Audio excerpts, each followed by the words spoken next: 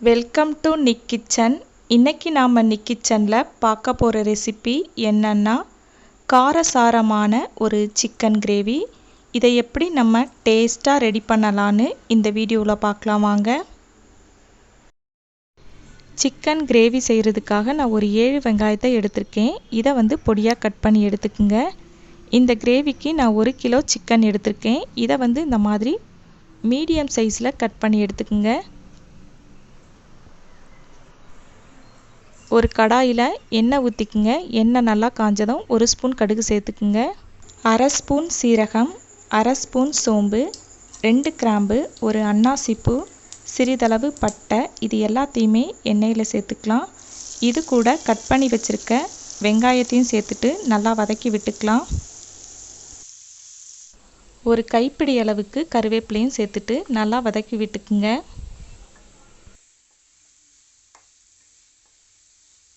வெங்காயம் சீக்கிரம் வதங்கிறதுக்காக நம்ம கொஞ்சமாக உப்பு சேர்த்துக்கலாம். இது கூட கட் பண்ணி வச்சுருக்க 5 தக்காளியை சேர்த்துட்டு நல்லா வதக்கி விட்டுக்கலாம். இந்த கிரேவிக்கு நம்ம வெங்காயம் தக்காளி கொஞ்சம் கூடுதலாக சேர்த்துக்கணும். அப்போ தான் இந்த கிரேவி கொஞ்சம் டேஸ்ட்டாக இருக்கும். தக்காளி வேகிறதுக்காக ஒரு 5 நிமிஷம் அடுப்பை மீடியம் ஃப்ளேமில் வச்சு மூடி வச்சிடலாம். இப்போ தக்காளி நல்லா வெந்துடுச்சு. இது நல்லா சுருண்டு வர வரைக்கும் நம்ம வதக்கி எடுத்துக்கலாம். அடுப்பை ஹை ஃப்ளேமில் வச்சு இந்த மாதிரி வதக்கி எடுத்துக்குங்க. இப்போ தக்காளி வெங்காயம் நல்லா வதங்கிடுச்சு. இந்த கிரேவிக்கு தேவையான இஞ்சி பூண்டு பேஸ்ட்டை சேர்த்துக்கலாம். நான் 2 ஸ்பூன் இஞ்சி பூண்டு பேஸ்ட்டை சேர்த்துருக்கேன். இஞ்சி பூண்டு பேஸ்ட்டோட பச்சை வாசனை போகிற வரைக்கும் இந்த மாதிரி நல்லா வதக்கி விட்டுக்குங்க. 1/4 ஸ்பூன் மஞ்சள் தூள் சேர்த்துட்டு நல்லா வதக்கி விட்டுக்குங்க. கிரேவிக்கு தேவையான மசாலா தூளை இப்போ சேர்த்துக்கலாம். 1 ஸ்பூன் மிளகாய்த்தூள், 5 ஸ்பூன் குழம்பு மிளகாய்த்தூள். உங்களுக்கு காரம் எந்த அளவுக்கு தேவையோ அந்த அளவுக்கு குழம்பு மிளகாய்த்தூளை சேர்த்துக்குங்க. இந்த மசாலாவை எண்ணெயிலே நல்லா வதக்கி விட்டுக்கலாம். 1 ஸ்பூன் கரம் மசாலா தூள், இதையும் சேர்த்துட்டு நல்லா வதக்கி விட்டுக்குங்க. நல்லா வதக்கியாச்சு. இப்போ நம்ம கழுவி வச்சிருக்க சிக்கனை சேர்த்துக்கலாம். சிக்கன் எல்லா இடத்துலையும் மசாலா படுற மாதிரி இந்த மாதிரி வதக்கி விட்டுக்குங்க. ஏற்கனவே நம்ம உப்பு சேர்த்துருந்தோம். இந்த கிரேவிக்கு தேவையான மீதி உப்பையும் சேர்த்துட்டு நல்லா கலந்து விட்டுக்கலாம். சிக்கன் நல்லா சாஃப்டாக வைக்கிறதுக்காக நான் 1 கப் தயிர் சேர்த்துருக்கேன். இதையும் சேர்த்துட்டு நம்ம நல்லா வதக்கி விட்டுக்கலாம்.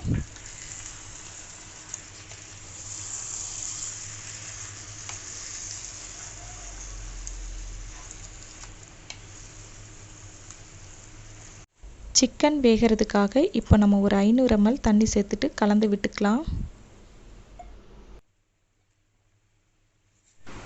அடுப்பை மீடியம் ஃப்ளேமில் வச்சு ஒரு 5 நிமிஷம் நம்ம இந்த சிக்கனை மூடி வச்சு வேக விடலாம். இப்போ ஓப்பன் பண்ணி பார்த்துட்டு நல்லா கலந்து விட்டுக்குங்க. திரும்பவும் இதை மூடி வச்சு வேக விடலாம். 10 நிமிஷம் இந்த சிக்கனை மூடி வச்சு நம்ம வேக விட்டாச்சு. இப்போ இந்த தண்ணி வத்துற வரைக்கும் நம்ம அடுப்பில் வச்சு எடுத்துக்கலாம். அடுப்பை ஹை ஃப்ளேமில் இல்லைனா மீடியம் ஃப்ளேமில் வச்சு இந்த தண்ணியை நம்ம வற்ற விடலாம்.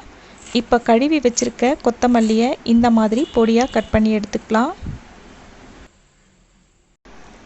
சிக்கனில் உள்ள தண்ணி இப்போ நல்லா வத்திடுச்சு. இதில் 1 ஸ்பூன் மிளகுத்தூளை சேர்த்துக்குங்க.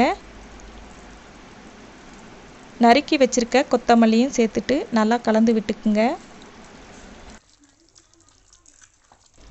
சிக்கன் கிரேவி இப்போ ரெடி ஆயிடுச்சு. நம்ம ஸ்டவ் ஆஃப் பண்ணிடலாம். பாருங்கள் சிக்கன் கிரேவி எவ்வளோ சூப்பராக இருக்குன்னு. இது சாதத்தோடு பிசைஞ்சு சாப்பிடும் போது அவ்வளோ டேஸ்ட்டாக இருக்கும். இது டிஃபனோடையும் நீங்கள் வச்சு சாப்பிட்லாம். ஸ்பைசியான டேஸ்டான சிக்கன் கிரேவி நீங்களும் உங்கள் வீட்டில் செஞ்சு பாருங்கள். நிக் கிச்சன் வீடியோ உங்களுக்கு பிடிச்சிருந்தா லைக் பண்ணுங்கள், ஷேர் பண்ணுங்கள், மறக்காமல் சப்ஸ்கிரைப் பண்ணுங்கள். பக்கத்தில் இருக்க பெல் ஐக்கானை கிளிக் பண்ணிக்கோங்க. எப்படி இருக்குன்னு எனக்கு கமெண்ட் பாக்ஸில் சொல்லுங்கள். தேங்க்யூ.